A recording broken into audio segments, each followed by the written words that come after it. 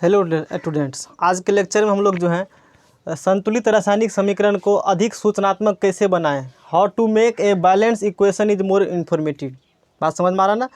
अभी तक जो रासायनिक अभिक्रिया हमने पढ़ा है उस रासायनिक अभिक्रिया को अधिक सूचनात्मक, अधिक इन्फॉर्मेटिव, मोर इन्फॉर्मेटिव कैसे बनाया जाता है उस पर ये बात करेंगे हम लोग। देखिए, जैसे पहला है अभिकारकों और उत्पादों की भौतिक अवस्था को कोष्टक में लिखकर। भौतिक अवस्था का मतलब होता है फिजिकल स्टेट, यानी वो ठोस है कि द्रव है कि वो गैस है। बात समझ में आ रही है ना।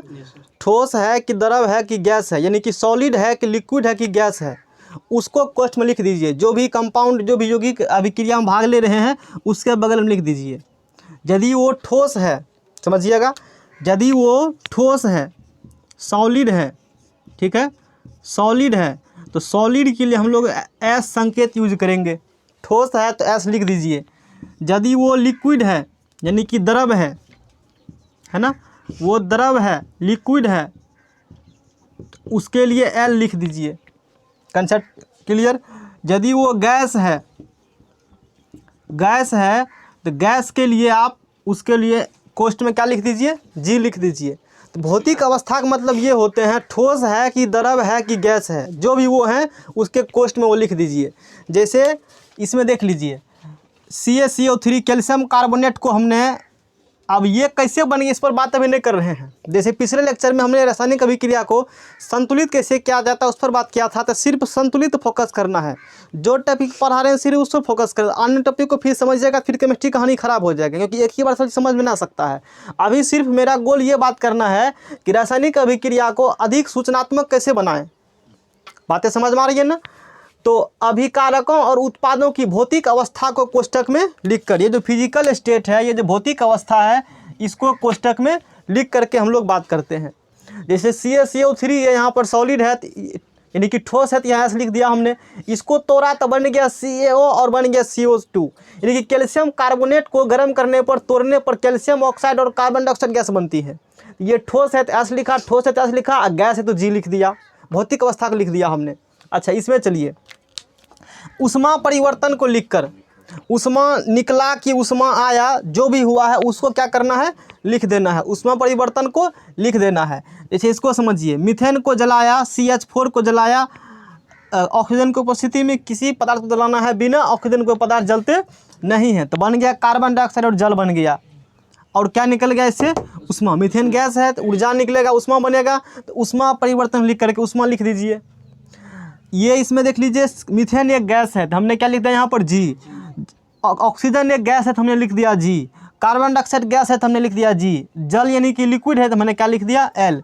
असंतुलित क्या हुआ है वो हम कर दिए, इसको बार बार समझाने की कोशिश अब नहीं करेंगे, आप खुद समझ सकते हैं।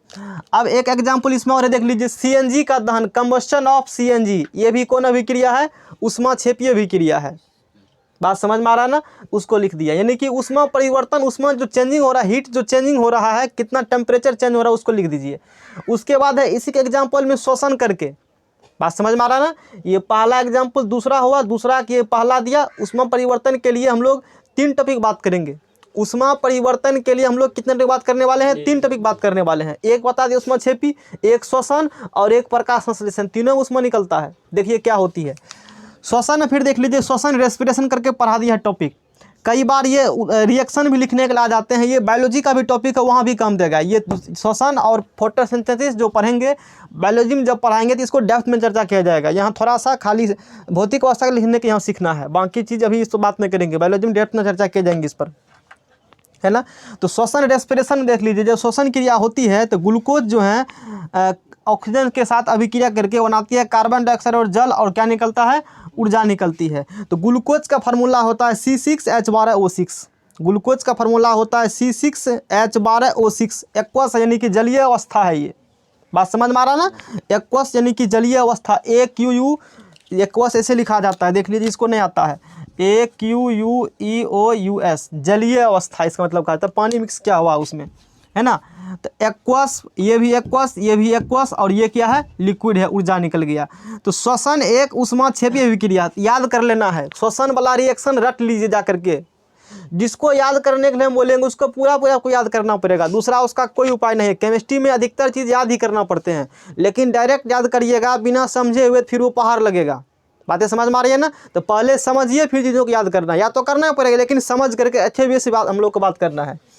तो ग्लूकोज को क्या करिएगा, रिएक्शन करवाइएगा ऑक्सीजन से, तो बनेगा कार्बन डाइऑक्साइड और क्या बनता है, जल, और साथ में क्या निकलती है, ऊर्जा। ऊर्जा निकला तो इसीलिए श्वसन एक ऊष्माक्षेपीय अभिक्रिया है। ऑब्जेक्टिव में कई बार ये आते हैं। श्वसन जो अपना है, रेस्पिरेशन जो है वो कैसे अभिक्रिया है, ऊष्माक्षेपीय अभिक्रिया है। श्वसन एक ऊष्माक्षेपीय अभिक्रिया है क्योंकि इसमें ऊर्जा निकलती है।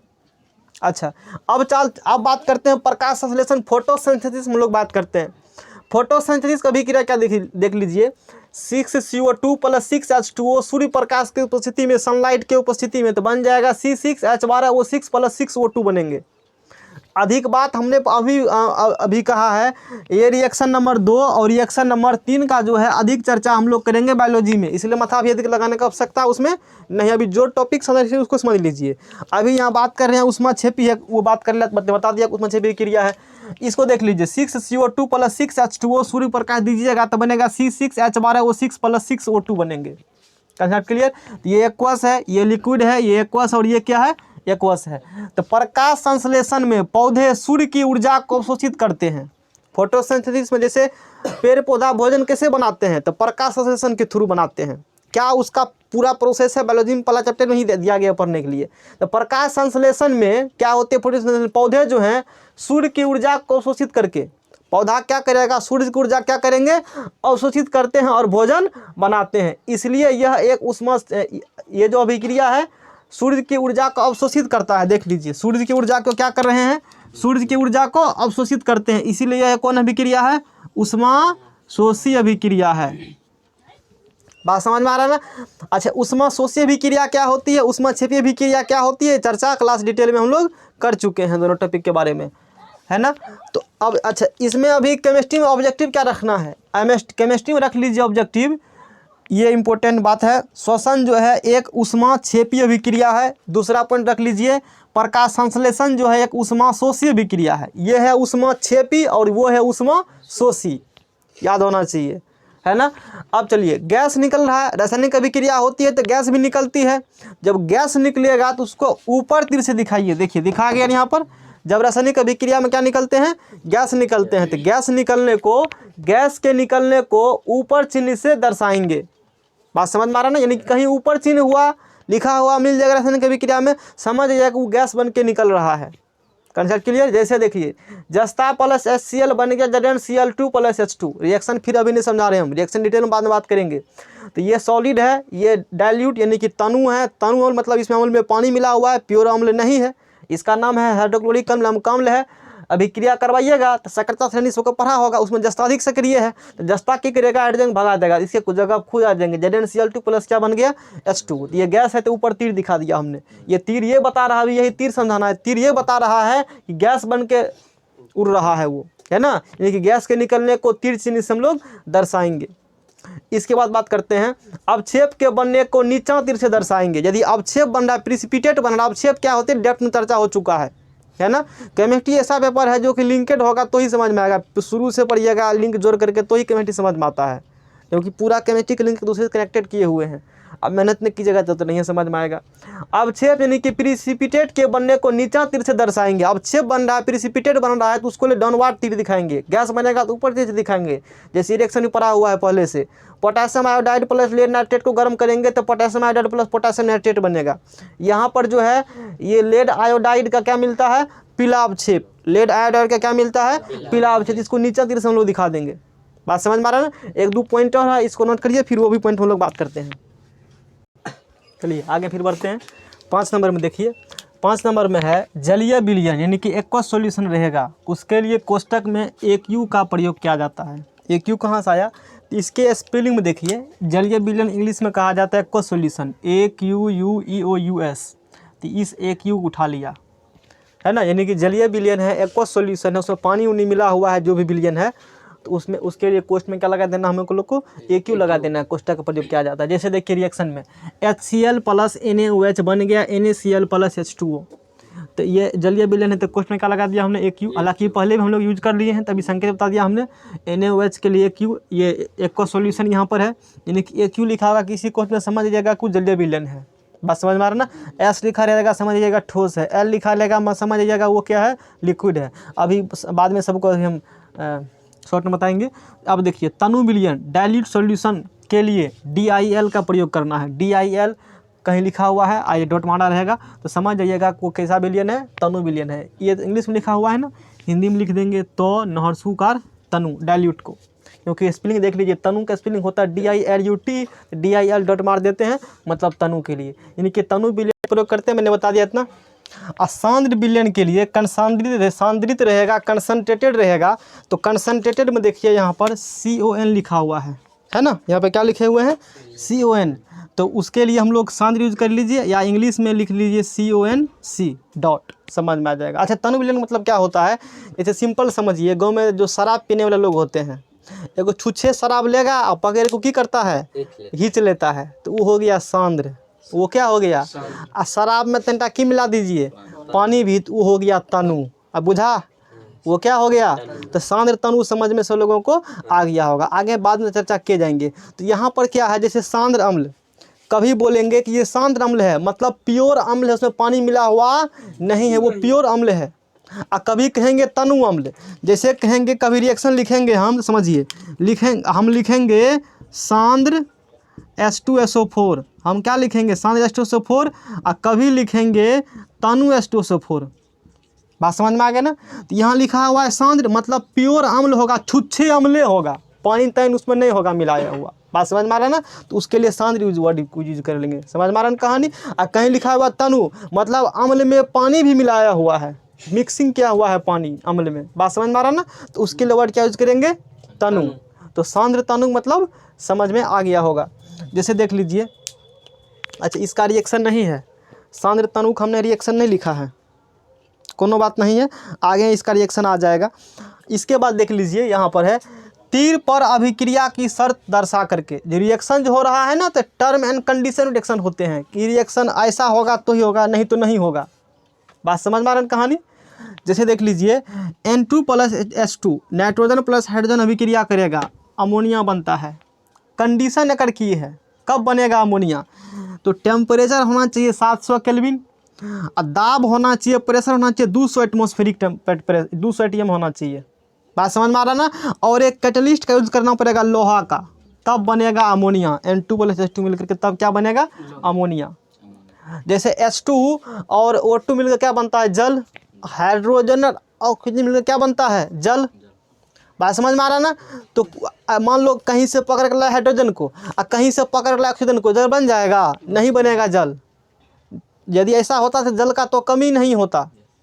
जल का फार्मूला क्या होता है H2O, इसमें हाइड्रोजन है और इसमें क्या है ऑक्सीजन है, तो कहीं से ले लेते हाइड्रोजन, कहीं से क्या ले लेते ऑक्सीजन, जल बन जाता। लेकिन ऐसा होता नहीं है, उसके लिए कुछ टर्म एंड कंडीशन होते हैं, बात समझ में आ गया ना। यानी कि टर्म एंड कंडीशन मतलब यह है अभिक्रिया की शर्त कब बनेगा वो चीज़। अच्छा एक टर्म यहाँ कैटलिस्ट आया है, उत्प्रेरक। कैटलिस्ट जो उत्प्रेरक होते हैं क्लास 12 के केमिस्ट्री में डिटेल में पढ़ना है, 11th में भी थोड़ा मोड़ा है, 12th में अधिक है, यहाँ नहीं बात करना है। थोड़ा सा अब वर्ड आया है तो पता होना चाहिए कि होता क्या है, तो थोड़ा सा हम लोग पढ़ लेते हैं कैटलिस्ट के बारे में। कैटलिस्ट यानी इसे हिंदी में इसे उत्प्रेरक कहा जाता है। क्या होते हैं, क्या हुआ, कैटलिस्ट यानी हिंदी में इसे उत्प्रेरक कहा जाता है। वह रासायनिक पदार्थ जो बिना खपत के अभिक्रिया की दर को परिवर्तित कर देते हैं। कैटलिस्ट जो है एक रासायनिक पदार्थ होते हैं, केमिकल पदार्थ होता है जो बिना खपत किए अभिक्रिया के दर को परिवर्तित कर देता है। यानी कि ये खपत नहीं होगा लेकिन अभिक्रिया के दर को घटा भी सकता है और अभिक्रिया के दर को बढ़ा भी सकता है। वो कुछ नहीं करे, खाली बैठल रहेगा, लेकिन रासायनिक अभिक्रिया इफेक्ट पड़ता है उसका, तो उसी को कैटलिस्ट कहा जाता है। जैसे समझने के लिए मान लीजिए आप घर में बैठ के पढ़ रहे हैं और ऐसे पढ़ रहे हैं, मोबाइल में देख रहे हैं, कुछ से कुछ कर रहे हैं, सीरियस होकर नहीं पढ़ रहे हैं। पिताजी आकर के बगल में खाली क्या हो जाए बैठ जाए, और तोरा कुछ नहीं के चुपचाप कुर्सी बैठ जाएगा, तो फुर्ती आ जाएगा पूरा, पढ़ना फटाफट क्या कर देगा, मोबाइल बंद, रीडिंग पकड़ के एकदम शुरू कर दोगे। जो भी पढ़ रहे हैं बुक मारना क्या कर देते हम लोग शुरू कर देते हैं। क्या पिताजी कुछ कहा नहीं, फिर भी आप सीरियस होकर पढ़ रहे हैं, वही कैटलिस्ट हो गया। और पिताजी के लिए दादाजी क्या हो गए हैं कैटलिस्ट, पिताजी इधर उधर कुछ कर रहे हैं, दादाजी आकर बैठ पिताजी में फुर्ती आ जाएगा, फटाफट चलेगा सबको, ये करो वो करो, इधर करो उधर करो। वो रासायनिक अभिक्रिया में भाग लिया नहीं, लेकिन रासायनिक अभिक्रिया की दर को जो हो रहा था ना उसको परिवर्तित कर दिया। तेजी कर देगा या धीमी कर देगा वो अलग बात है, वो कैटलिस्ट निर्भर करता है किस प्रकार कैटलिस्ट है, उसका टाइप्स निर्भर करता है, तेज वाला है कि धीमी वाला है। तो कैटलिस्ट आशा करते समझ में आया होगा। वह रासायनिक पदार्थ जो बिना खपत के अभिक्रिया की दर को परिवर्तित होता है, ये खपत नहीं होता है, देख लीजिए, बिना खपत के अभिक्रिया की दर को, रेट को चेंज कर देगा, परिवर्तित कर देगा, उसे कैटलिस्ट कहते हैं। तो ऐसे यदि निचोड़ पर बात करें, अभी तक हमने क्या पढ़ा, एक निचोड़ बात कर लेते हैं कि अभी तक जो हमने बताया है वो क्या बताया है, एक बार देख लीजिए, निचोड़ देख लेते हैं हम लोग। है कि रासायनिक, हेडिंग था अपना टॉपिक, बोर्ड पर लिखा हुआ है, संतुलित रासायनिक समीकरण को अधिक सूचनात्मक कैसे बनाएं, रासायनिक समीकरण को अधिक सूचनात्मक, अधिक इन्फॉर्मेटिव कैसे बनाया जाए। जो अभी बात बताया है हमने, ये बार बार लिखा नहीं जाता, एक बार समझा दिए तो पता है, ठीक है। देख लीजिए, यदि ठोस है यानी कि सॉलिड है ना, तो उसके लिए हम लोग एस लिख देते हैं। यदि द्रव है यानी कि लिक्विड है, ठीक है ना, लिक्विड के लिए हम लोग एल लिख देते हैं। यदि गैस है, GAS गैस है, इसके लिए हम लोग जी लिख देते हैं। बात समझ में आ रहा ना। यदि जलीय विलयन है, जलीय विलयन, एक्वस सॉल्यूशन, एक EOUS एक्वस है, इसके लिए हम लोग AQ लिख देते हैं। उसके बाद हमने बात किया था, यदि सांद्र है ना, उससे पहले गैस निकल रहा है, गैस का निकलना, गैस का कभी में देखिए क्या लिखा हुआ है, गैस का निकलना क्या दिखाया गया है, ऊपर तीर है, मतलब गैस निकल रहे हैं। अवक्षेप का बनना, यही निचोड़ था। तो शॉर्ट में इतना लिख के भी बात कर सकते हैं, लेकिन हमने ईमानदारी से सब चीज़ बताया है। अवक्षेप का बनना, अवक्षेप बनेगा तो नीचा तीर दिखाइएगा अवक्षेप को। बात समझ रहे हैं, निचोड़ है। आप भी चाहिए तो आदमी से कोष्ट में देकर नोट में डाकर लिख सकते हैं। अवक्षेप का बनना तो क्या दिखाएंगे हम लोग, नीचा तीर दिखाएंगे। चलिए, इसके बाद यदि सांद्र है तो सांद्रित है, तो मतलब सांद्र के लिए सांद्र भी यूज कर सकते हैं, या CONC डॉट। और तनु के लिए क्या यूज करेंगे हम लोग, डाइल्यूट यूज करेंगे, डाइल्यूट इंग्लिश में लिखा जाता है, ऐसे है। एगो यही है, तीर पर अभिक्रिया की शर्त को दर्शा करके बात किया जाता है। जैसे एक पॉइंट और दिया गया है, इसमें हम लोग बुक में दिया गया, उसको बात कर लेते हैं। वो भी पॉइंट हम लिख देते हैं, वो पॉइंट क्या है समझना है, देख लीजिए, स्टार मार्क करके नोट में डाल लेना है बाद में वो पॉइंट।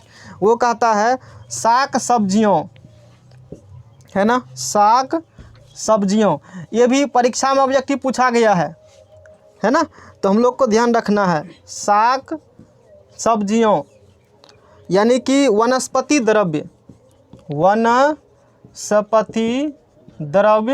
साग सब्जी वनस्पति द्रव्य का विघटित होकर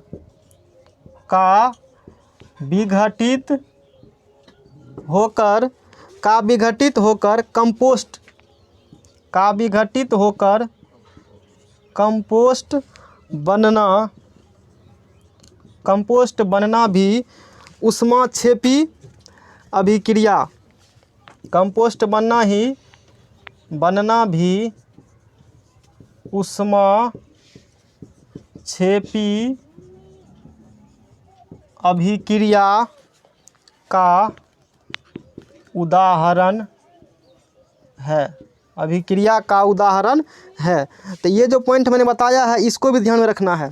ये पॉइंट क्या है, इसको देखिए। हमने कहा है कि साग सब्जियों यानी कि वनस्पति द्रव्य का विघटित होकर के, जो साग सब्जी घर में बनाते हैं खाते हम लोग हैं, वही साग सब्जी की बात कर रहा है।